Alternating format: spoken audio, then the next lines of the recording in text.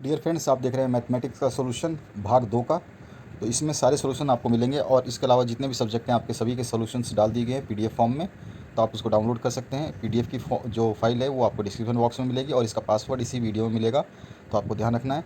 और जितने भी आपके सॉल्यूशंस हैं वो इसी वीडियो का डिस्क्रिप्शन बॉक्स में डाले गए हैं आपकी 10th क्लास की प्ले लिस्ट के अंदर। तो चलिए स्टार्ट करते हैं इस सॉल्यूशन को देखने का। जो आपका ज़रूरी जो जो चीज़ें हैं वो आपको नोट करनी है। तो सबसे पहले इसको स्टार्ट करते हैं और यहाँ पे देखते हैं पहला क्वेश्चन, जिसमें लिखा है 3825 को अभाज्य गुणनखंड के रूप में व्यक्त कीजिए, यानी express 3825 as a product of prime factors. तो इसको आप दो तरीके से कर सकते हैं। इसका एक तरीका ये है ब्रांच मेथड और एक दूसरा है आपका जो एलसीएम लेते हैं उस तरीके से। तो पहले आप इसको एलसीएम ले लेंगे। कम्प्लीटली जब ले लेंगे तो इसके जो गुणनखंड हैं यानी फैक्टर्स हैं उनको आप इस तरह से लिख देंगे। ये आपका यहाँ पे फैक्टर है और इसके जितने भी पावर्स हैं, यानी कि 3 कितनी बार आया 2 बार, तो 2 बार लिख दिया है। 5 कितनी बार आया है 2 बार, तो इसको भी 2 बार लिख दिया। और 17 कितनी बार आया 1 बार, तो 1 बार यहाँ पे लिखा हुआ है। तो इस तरह से इसको आपको लिखना था। नेक्स्ट जो है आपका सोल्यूशन वो है आपका 5 प्लस 5√5 एक परिमेय है या अपरिमेय संख्या है, रैशनल है या इरेशनल नंबर है।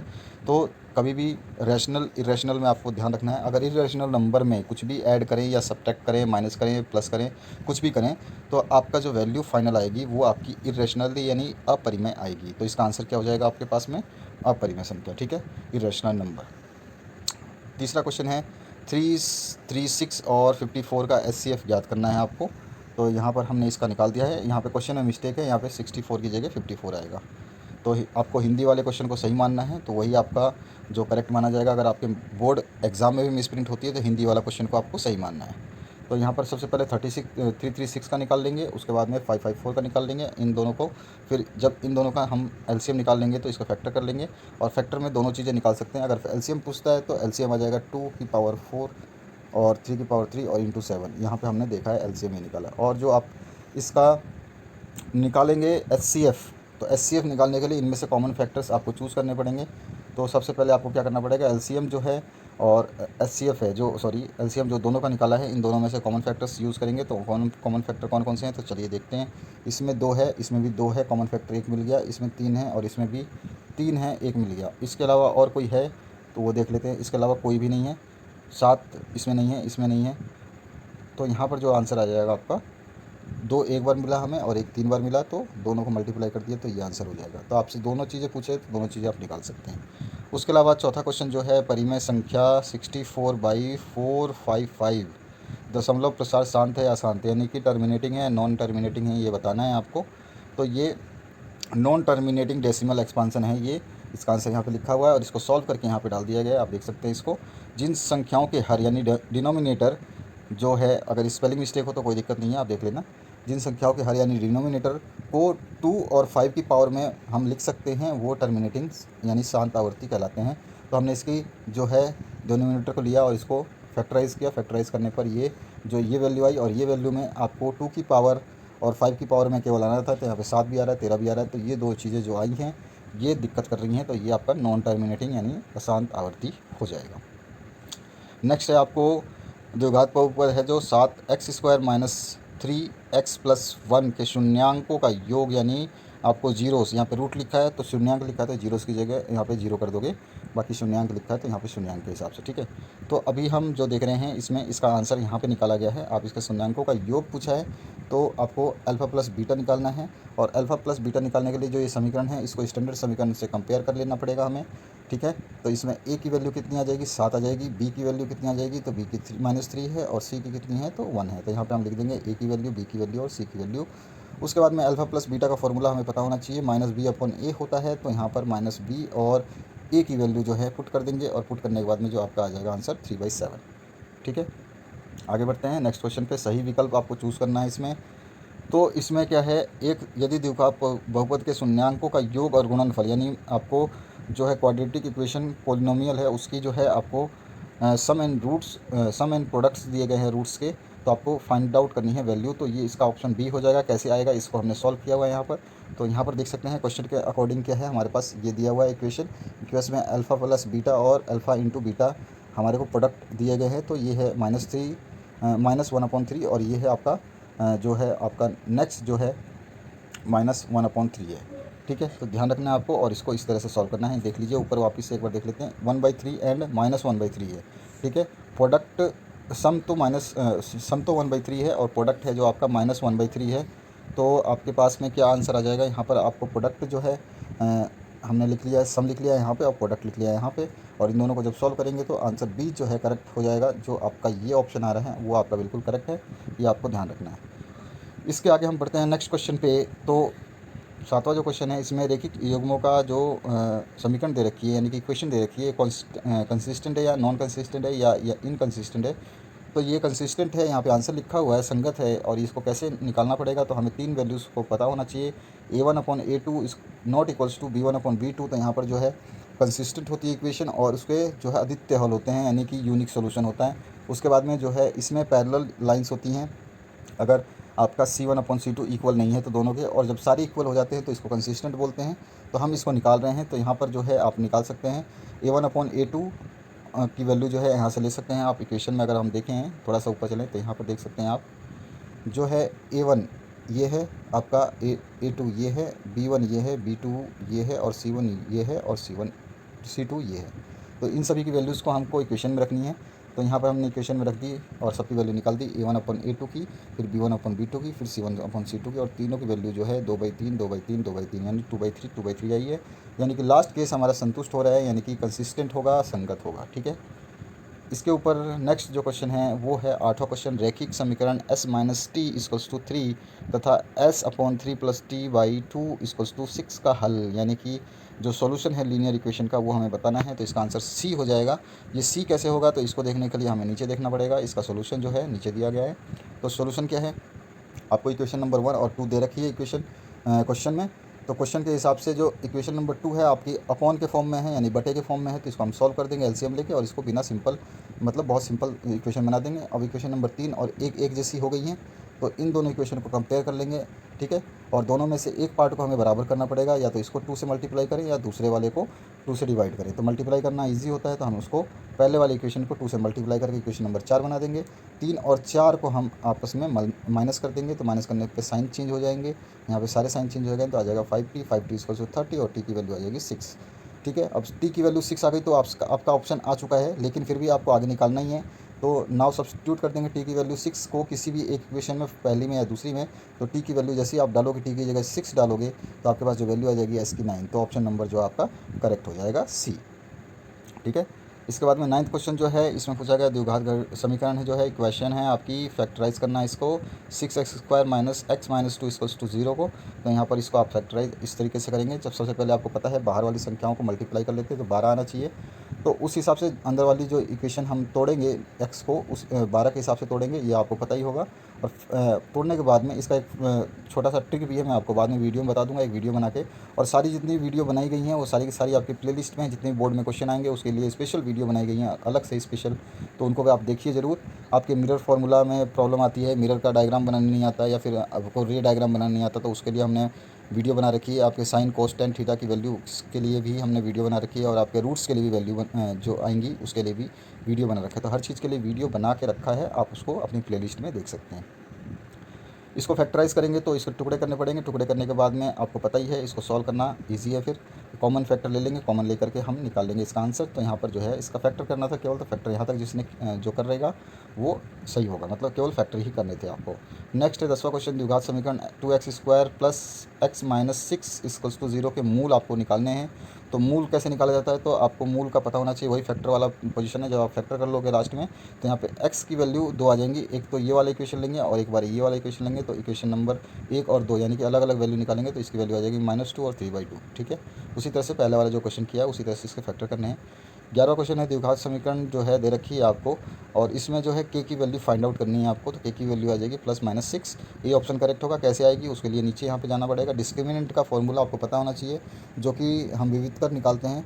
तो b² - 4ac होता है। यहाँ पर हम जो आपकी इक्वेशन दे रखी है उसमें a3 दे रखा है, b k दे रखा है और c3 दे रखा है। इनको इस इक्वेशन में पुट कर देंगे। इस इक्वेशन में पुट करने के बाद में जब हम इस इक्वेशन को पूरा सॉल्व कर लेंगे तो k की वैल्यू आ जाएगी +-6। आपका ऑप्शन नंबर जो है करेक्ट कर देंगे उसमें। उसके बाद में नेक्स्ट जो है आपके सारे के सारे क्वेश्चन जो है लेंथी दिए गए हैं।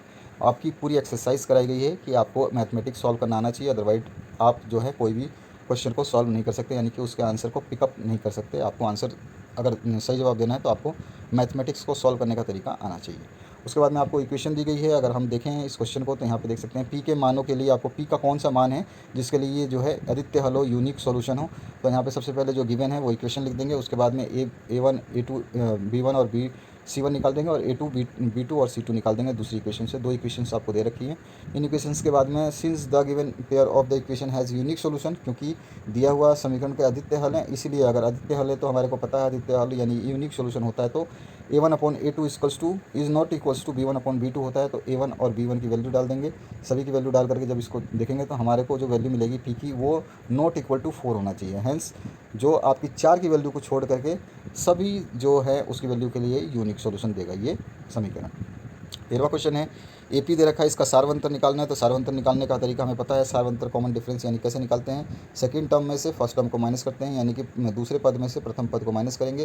तो दूसरा पद ये है, प्रथम पद ये है, माइनस किया तो -3 आंसर जो आ गया, तो इसका आंसर क्या जाएगा -3। इसके बाद में 14 जो नंबर क्वेश्चन है इसमें आपको 14वां पद ज्ञात करना है। AP दे रखी है तो इसका 96 आंसर आएगा। कैसे आएगा, तो आपको दिया गया है वो आपको लिख लेना है। A और B दे रखा है आपको, डिफरेंस तो आपको निकालना आता ही है, नहीं भी आता है तो आपको दिया हुआ है इक्वेशन में, हमें ज्ञात करना है A14। तो A14 यानी कि AN का फॉर्मूला जो होता है A + n - 1 × D होता है, और सभी जगह हमारे पास जो वैल्यूज़ हैं A की और B की वो रख देंगे। तो A14 की जो वैल्यू आ जाएगी 96 आ जाएगी। उसके बाद में नेक्स्ट क्वेश्चन की तरफ मूव करते हैं और यहाँ देखते हैं हम पहले 50 प्राकृतिक संख्याओं का योग जो है 1275 होता है, वो कैसे निकालना है। तो ये भी आपकी AP के फॉर्म में दे रखी है, 1 + 2 + 3 + 4 + 5 डैश डैश डैश 50 तक जाना है, 50 आपकी लास्ट टर्म है। तो यहाँ पे फॉर्मूला लग जाएगा SN = n/2 × A + L। L जो है आपका लास्ट टर्म है, SN आपको निकालना है। N आपको दे रखा 50वां टर्म है, 50 इसमें टर्म्स हैं। A आपको फर्स्ट टर्म 1 दे रखा है और 50 जो है लास्ट टर्म दे रखी है। इन सभी को वैल्यूज़ को रखेंगे और इक्वेशन को सॉल्व कर देंगे। SN की वैल्यू आ जाएगी 1275। नेक्स्ट की बात करते हैं, AP दे रखा है आपको और इसके अगले 3 पद लिखने हैं। तो नेक्स्ट टर्म को लिखने के लिए आपको पता ही है, जो है आपका A4 निकालना तो A3 + D होता है, A5 निकालना तो A4 + D होता है और A6 निकालना तो A5 + D होता है। पहले सबसे पहले अगर हम A4 निकाल लेंगे तो A4 की वैल्यू को हम यहाँ पे रख देंगे और ये रखा हुआ है। रखने के बाद में इसको सॉल्व कर देंगे तो -10 आ जाएगा। ये A5 आया -10। A5 के बाद में हम क्या करेंगे, A5 की जो -10 वैल्यू है इसको रख देंगे A6 के निकालने के लिए, क्योंकि A5 चाहिए तो A5 की जगह रख देंगे। और कॉमन डिफरेंस सभी में सेम है, -3 तो सबको रख देंगे तो -13, यानी जो टर्म हो जाएंगी वो -7 -10 और -13 जो है इसके आंसर आ जाएंगे। इसके बाद में आपको उत्तर देने हैं। सभी वर्ग जो है यानी कि स्क्वायर्स क्या होते हैं, सिमिलर होते हैं, समरूप होते हैं, यानी देखने में एक जैसे लगते हैं। यहाँ पर भी अगर मैं स्क्वायर बनाऊँ और एक छोटा सा स्क्वायर यहाँ पे बनाऊँ तो ये सारे के सारे स्क्वायर जो है एक जैसे लगेंगे। आप देखोगे तो क्या होगा, हाँ एक जैसे, देखने में एक जैसे, लेकिन बराबर नहीं होंगे। कॉन्ग्रुएंट में क्या होते हैं, साइड्स भी बराबर होनी चाहिए। नेक्स्ट जो है 18 आपका जो यहाँ पे डायग्राम दे रखा है, तो इसमें कौन सा प्रोसेस पूछा गया है कि कौन सी कसौटी है इसकी समरूप होने की, यानी कि तो आप देखेंगे यहाँ पे एक साइड की वैल्यू दे रखी है यहाँ पे साइड में, और बीच में एंगल दे रखा है। तो साइड एंगल साइड इसकी वैल्यू होगी, तो साइड एंगल साइड आप सी ऑप्शन सेलेक्ट करेंगे। इसमें कोई समझने वाली बात है, नॉर्मल सी चीज़ है, ठीक है। तो यहाँ पे सिमिलरिटी क्राइटेरिया कौन सा होगा, साइड एंगल साइड। उसके बाद में नेक्स्ट जो है 19वां, नीचे त्रिभुजों की जो भुजाएं दी गई हैं इनमें से कौन सा समकोण है, समकोण के लिए पाइथागोरस थ्योरम को फॉलो करना चाहिए। तो इन दोनों को हम इक्वेशन में रख के सॉल्व करेंगे। तो पहला ही जब हमने सॉल्व किया तो पहले में ही आंसर आ गया। तो यहाँ पर अगर ये समकोण होगा तो पाइथागोरस प्रमेय को इसमें लगेगा, यानी कि if any triangle is right angle then Pythagoras theorem can be applied. तो गिवन है हमारे पास में AB BC और AC, यानी कि हमने एक ट्रायंगल बना लिया, उसमें अभी जो हमारे को वैल्यू दे रखी है वो लिख दिया। और AC² का फॉर्मूला हमें पता ही है थ्योरम के हिसाब से, AC² = AB² + BC², सभी की वैल्यू रख देंगे। और लास्ट में देखेंगे दोनों तरफ 625 बराबर आ रहे हैं, तो ऑप्शन A जो है राइट हो जाएगा। तो इसीलिए हम ऑप्शन नंबर B को ट्राई नहीं करेंगे या चेक नहीं करेंगे। नेक्स्ट जो क्वेश्चन है इसमें पूछा गया है, इफ़ टेंजेंट PA जैसे ड्रॉ करना है आपको, पहले इसका डायग्राम बनाना पड़ेगा, उसके बाद में इसका आंसर निकालना पड़ेगा। इसका आंसर 40 कैसे आएगा, तो यहाँ पर सबसे पहले अकॉर्डिंग टू क्वेश्चन हम एक डायग्राम बनाएंगे, एक सर्किल बनाएंगे। सर्किल पे जो है कोई भी सर्किल पे ये टेंजेंट ड्रॉ किया गया है दो, और दोनों टेंजेंट जो है P कॉमन पॉइंट से निकल रहे हैं, और दोनों टेंजेंट के बीच का जो एंगल है वो 100 डिग्री दिया गया है। और उसने बताया क्या है कि आपके जो इसका अंदर वाली जो वैल्यू है वो आपको ये वाली जो वैल्यू है ये निकालना है। तो यहाँ पे सिंपल है, गिवन है आपको एंगल A 90 डिग्री, क्योंकि ये जो भी कोई स्पर्श रेखा या टेंजेंट है वो सर्किल में टच करती है तो अंदर वाली लाइन के साथ में जब टच करती है तो 90 डिग्री बनाती है, यानी कि रेडियस से 90 डिग्री बनाती है। उसके अलावा एंगल ए ओ पी, ये थ्योरम से क्या कहते हैं कि अगर यहाँ पे एंगल जो दे रखा है ये पूरा है, अगर इसके बीच से कोई लाइन गुजरती है तो ये इसका आधा हो जाता है, तो इसलिए 50 डिग्री ये हो गया। तो हमें पता है कि आपका जो है चतुर्भुज है, यानी कि क्वाड्रिलेटरल है ये वाला। आप देखोगे यहाँ पर आपको ये क्वाड्रिलेटरल है, तो इसके एक साइड ये है, एक साइड ये है।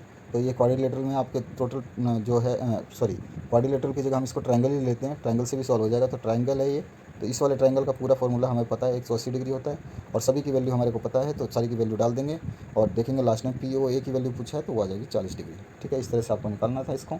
नेक्स्ट जो है वृत्त तथा उसकी स्पर्श रेखा के उभयनिष्ठ बिंदु को खालिस्तान कहते हैं, तो इसको हम कहते हैं स्पर्श बिंदु।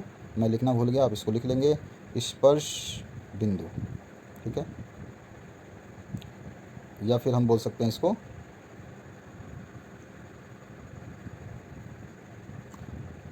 पॉइंट ऑफ कांटेक्ट लिख सकते हैं, पॉइंट ऑफ कांटेक्ट। इसको मैं आपको पीडीएफ फॉर्म में लिख दूंगा, चिंता करने की ज़रूरत नहीं है आपको। तो पीडीएफ जब आप डाउनलोड करेंगे तो उसमें इसका आंसर मिल जाएगा।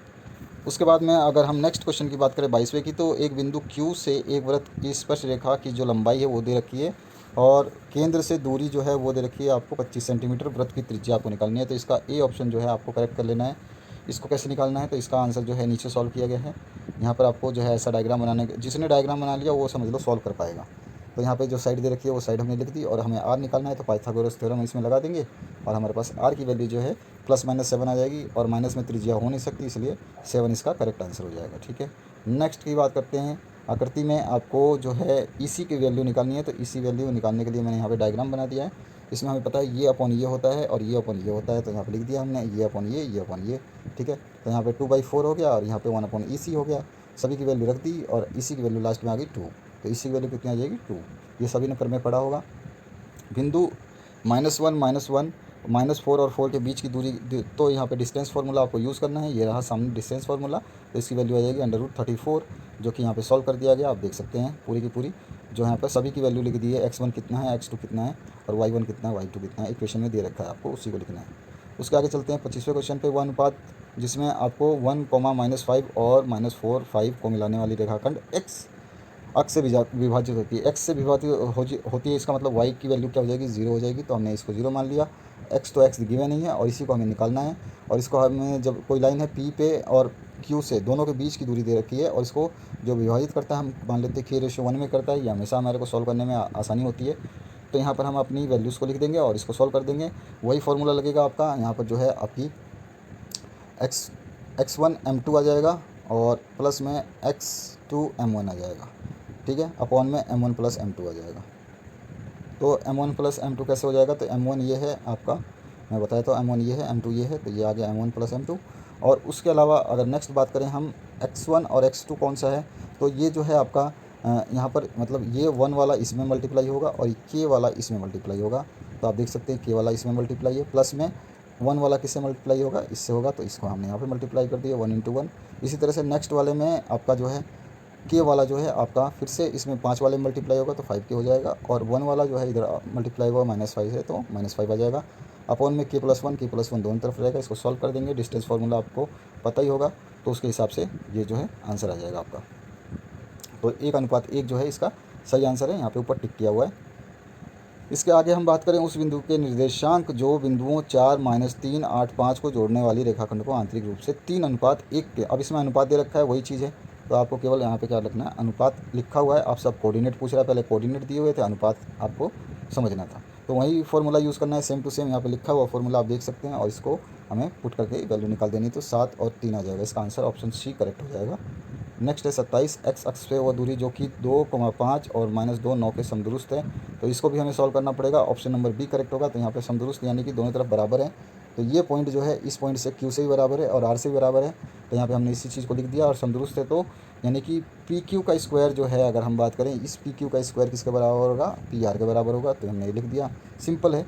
और इसके बाद में जो वैल्यूज़ है सारी पुट कर दी, और वैल्यू जो आएंगी निर्देशांक की, कोऑर्डिनेट की, वो आ जाएंगी। अच्छा, यहाँ पे आपको ध्यान रखना है कि यहाँ पर x और 0 क्यों लिया, तो x अक्ष को काटती है, यहाँ पे लिखा है इसने, जब भी x एक्सिस को काटेगी तो y 0 होगा। ठीक है, तो आपको कोई दिक्कत नहीं होगी हमेशा, और y एक्सिस को काटेगी तो x एक्सिस 0 होगा। तो यहाँ पे इसका आंसर आ गया सॉल्व करने पे, ऑप्शन नंबर बी करेक्ट होगा, जैसे मैंने बताया आपको। इसके बाद में सेक थीटा दे रखा है 13/12, तो साइन थीटा की मान निकालने हैं। तो इसके लिए मैंने वीडियो बना दिया अलग से, लेकिन यहाँ पे भी सॉल्व कर दिया है। सेक थीटा की वैल्यू दे रखी है, कर्ण बटे आधार होता है, हाइपोटेनस अपन बेस होता है। थ्योरम से हम इसको पुट करेंगे और इसका जो है वैल्यू निकालेंगे, तो लास्ट में आ जाएगा जो है 5/13। तो ये इसका सही आंसर हो जाएगा। सही विकल्प चुनना है आपको। 2 tan 30/1 प्लस tan स्क्वायर 30 किसके बराबर है? तो सबसे पहले आपको ट्रिग्नोमेट्रिक के बारे में पता होना चाहिए। टेबल के बारे में भी मैंने बता दिया, उसका भी वीडियो बनाया है, ट्रिक बताया जिससे आप टेबल हमेशा याद रख सकते हैं, तो उसको ज़रूर देख लेना। तो यहाँ पे आपको वैल्यूज़ लिखनी है और वैल्यूज़ निकालने के बाद जब मैं इसको सॉल्व करूँगा तो ये आ जाएगा। लेकिन ये वैल्यू किसी से भी सूट नहीं करती ऑप्शन से, तो इसका क्या कर दूंगा मैं, रैशनलाइज कर दूंगा, परिमेयकरण कर दूंगा। परिमेयकरण में क्या होता है, नीचे वाली जो संख्या होती है इसको ऊपर नीचे से मल्टीप्लाई और डिवाइड कर देते हैं। इसको सॉल्व करूँगा तो आ जाएगा √3/2, और √3/2 जो ऑप्शन ए यानी 60 डिग्री साइन में मान होता है टेबल के अंदर, आप देखोगे तो। इसके बाद में तीसरा जो क्वेश्चन है इसमें पूछा गया है 2 tan square 45 plus sec square 30 minus sine square 60 degree का मान आपको बताना है। तो आपके सामने अगर टेबल की वैल्यूज़ आपको याद हैं तो आप इसको निकाल सकते हो। तो tan 45 की वैल्यू होती है 1, और कोस 30 की वैल्यू होती है √3/2, और साइन 60 की वैल्यू होती है √3/2। इनको रख देंगे और रखने के बाद जब वैल्यू निकालेंगे तो आंसर आ जाएगा 2।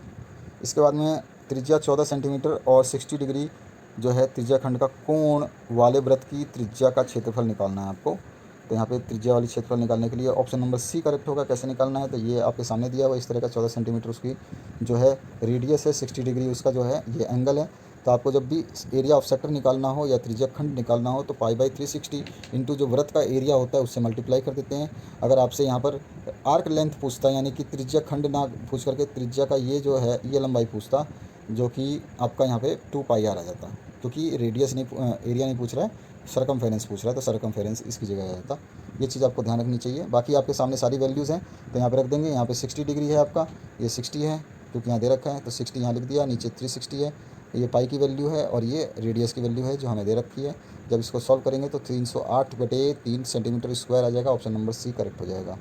इसके आगे चलते हैं। एक ही घड़ी की मिनट की सुई जो है इसी की तरह बिल्कुल सेम क्वेश्चन है। 7 सेंटीमीटर की रेडियस है यानी कि उसकी, तो चलिए देखता हूँ मैं इसको। यहाँ 7 सेंटीमीटर की जो रेडियस है चली है 15 मिनट, तो 15 मिनट में इसने कितना वो बनाया है ये देखना है। तो 60 मिनट में बनाया गया कोण कितना होता है, यहाँ से चलेगी वापस यहाँ पे आएगी तो 360 डिग्री, ठीक है। तो एंगल मेड इन 60 मिनट से 360 डिग्री, और 1 मिनट में जो है एंगल इसका अपॉन में ये आ जाएगा, तो ये आ गया 1 अपॉन में, तो 6 आ गया, यहाँ पे 6 आ गई वैल्यू, और 15 मिनट में आएगी 6 × 15, तो 90 मिनट। तो 90 मिनट ये एंगल आ गया। तो हमें इसका जो है एरिया निकालना है। एरिया के लिए वही फॉर्मूला 90 डिग्री थीटा आ गया, तो थीटा की वैल्यू की जगह 90 डिग्री रख देंगे। इसको सॉल्व करेंगे तो 77/2 ऑप्शन नंबर ए जो है इसका करेक्ट हो जाएगा। 33 नंबर क्वेश्चन है 21 सेंटीमीटर ऊंचाई और 5 सेंटीमीटर आधार वाले त्रिज्या वाले बेलन का आयतन निकालना है। पहले आपको पता होना चाहिए इसका फॉर्मूला क्या होता है। फॉर्मूला पता होते ही आप निकाल दोगे फॉर्मूला पुट करते ही। तो आयतन यानी वॉल्यूम निकालना है। वॉल्यूम होता है 1/3 πr²h, और सभी की वैल्यू यहाँ पे दे रखी है आपको। इनकी सभी की वैल्यू रखोगे तो आंसर आ जाएगा 550 सेंटीमीटर क्यूब। इसका आगे बात करते हैं। 8 सेंटीमीटर की त्रिज्या है, गोले का आयतन निकालना है। गोला यानी कि आपका स्फेयर है, और स्फेयर के लिए आपको फॉर्मूला पता होता है, केवल रेडियस चाहिए। तो वॉल्यूम होता है 4/3 πr³, और इस वॉल्यूम को हम निकालने के लिए इसमें सारी वैल्यूज़ को पुट कर देंगे और फाइनल वैल्यू आ जाएगी 2145.5 सेंटीमीटर क्यूब। ये है आपका स्फेयर का जो है एरिया, इसका एरिया नहीं आयतन यानी कि वॉल्यूम। इसके बाद में 35वां जो क्वेश्चन है, त्रिज्या 4 सेंटीमीटर वाले गोले का पिघला करके, यानी कि एक गोला था उसको पिघला करके सिलेंडर बनाया गया, तो उसका आंसर क्या होगा, तो बी ऑप्शन करेक्ट होगा। ये कैसे आएगा, तो दोनों चीज़ें जो समान पदार्थ से बने हैं, यानी कि जितना मटेरियल इसमें लगा है उतना ही उसमें, क्योंकि इसको पिघला करके ये चीज़ बनाई गई है, ठीक है। तो इसका आयतन और इसका आयतन बराबर होगा, यानी वॉल्यूम बराबर होगा, यानी कि इसमें जितना पानी आता होगा उतना ही पानी इसमें आएगा। सिंपल सी बात है। या फिर आप बोल सकते हैं जितना वजन इसका होगा उतना ही वजन इसका होगा, तो डेंसिटी दोनों की सेम हो गई, तो इसीलिए वॉल्यूम सेम होगा। तो वॉल्यूम सेम होगा तो क्या कर देंगे, दोनों को वॉल्यूम को इक्वेट कर देंगे। दोनों की वैल्यूज़ हमें दे रखी हैं, उसको पुट करेंगे और वैल्यू आ जाएगी 64/3। ऑप्शन बी करेक्ट हो जाएगा। आगे बढ़ते हैं। रिक्तानों की पूर्ति करनी है, तो अगर कोई घटना जो नहीं घटित हो सकती, कैन नॉट हैपन, तो वो क्या होती है, उसकी प्रायिकता 0 होती है, वो हो ही नहीं सकती, तो 0 जाएगा। और ऐसी घटना को असंभव घटना या फिर इम्पॉसिबल इवेंट कहते हैं, ठीक है। 37 नंबर जो क्वेश्चन है, निम्न में से कौन सी संख्या किसी घटना की प्रायिकता नहीं हो सकती। तो कोई भी घटना की प्रायिकता माइनस नहीं हो सकती। ध्यान रखना आपको, माइनस नहीं हो सकती। पॉइंट में हो सकती है, परसेंटेज में हो सकती है, अपॉन में हो सकती है, लेकिन माइनस कभी भी नहीं होगी। ध्यान रखना है आपको। उसके अलावा 38 नंबर जो है, एक पासे को एक बार फेंका जाता है तो अभाज्य संख्या यानी कि प्राइम नंबर आने के, तो एक पासे को फेंकोगे आप तो कितनी वैल्यूज आ सकती हैं, 6, यानी कि टोटल वैल्यू कितनी आएगी, 6। इसमें से अभाज्य संख्याएं कौन सी है, तो एक को तो हम लेंगे नहीं, ये तो एक तो हमारे भाज्य अभाज्य दोनों में नहीं आती है, एक तो यूनिक है, दोनों में ही आती है, दोनों में ही नहीं आती है, तो इसको हटा देते हैं। उसके अलावा कौन सी बची, 2 को हम अभाज्य बोलेंगे, 3 को अभाज्य बोलेंगे और 5 को अभाज्य बोलेंगे, तो 2, 3, 5 अभाज्य हो गए, यानी कि 3 नंबर अभाज्य हो गए और टोटल 6 नंबर हैं। तो यहाँ पे क्या आ जाएगा, 3/6, और इसको जब क्रॉस करेंगे यानी काटेंगे तो 1/2 आ जाएगा इसका आंसर। प्रोबेबिलिटी जो इवेंट की आ जाएगी वो आ जाएगी 1/2। 39 नंबर जो क्वेश्चन है, इसमें आपको सारणी के हिसाब से माध्य निकालना है, यानी कि इसका मीन निकालना है। बहुत इजी है, इसको हम टेबल फॉर्म में बना लेंगे इसको। तो सबसे पहले जो है क्लास इंटरवल CI आ जाएगा, उसके बाद में क्लास मार्क यानी कि XI आ जाएगा, और उसके बाद में FI आ जाएगा, फिर FI XI आ जाएगा। तो सबसे पहले क्लास इंटरवल आपको दे रखा है, ठीक है। इसके बाद में वर्ग चिन्ह भी आपको दे रखा है, इन दोनों का आप 2 से डिवाइड करोगे तो यही आएगा, सभी को 2 से डिवाइड करोगे तो ये चीज़ें आती जाएंगी, ठीक है। तो ये XI आ गई 2 से डिवाइड करने पे। अब आपके पास FI क्या होता है, तो FI आपको दे रखी है, आप चलेंगे तो फ्रीक्वेंसी यहाँ पे देखिए ऊपर की तरफ 5 4 5 2 4 दे रखी है। तो टेबल में आपको फ्रीक्वेंसी दे रखी है, फ्रीक्वेंसी सारी लिख देंगे।